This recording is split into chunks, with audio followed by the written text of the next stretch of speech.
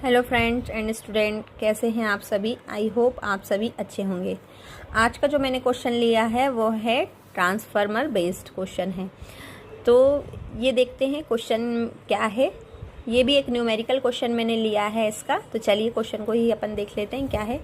N ideal transformer is connected to a 2400 volt. इतना आप जब उसको कनेक्ट कर रहे हैं ट्रांसफार्मर किसी लाइन से, तो उसका वोल्टेज कितना है 2400 वोल्ट। एंड करंट कितना डिलीवर कर रहा है वो 80 एम्पियर, यानी ये जो सेकेंडरी कॉइल में करंट है उसकी वैल्यू दे रखी है। ठीक है।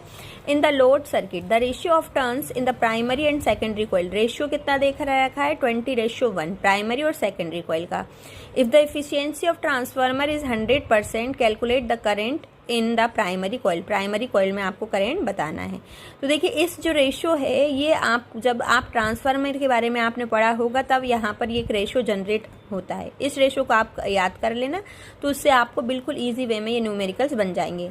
NS/NP, ES/EP, IP/IS। ये NS क्या है, number of turns in secondary coil and number of turns in primary coil. ES क्या है, voltage in secondary coil end voltage in primary coil.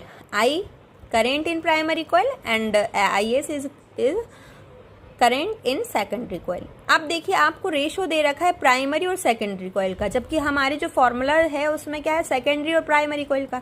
तो मैंने इसको रिवर्स करके लिख लिया 1:20। अब आप देखिए आपको निकालना है क्या है, प्राइमरी कॉइल में करंट निकालना है।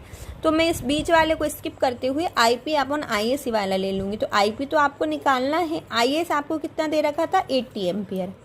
इसका आप रिवर्स यहाँ सीधे क्रॉस मल्टीप्लाई कर लेंगे 80/20 IP, ये तो हो जाएगा 24/80, यानी आपका जो करंट इन प्राइमरी कॉइल आएगा वो आएगा 4 एम्पियर। आई होप आपको ये समझ में आया होगा।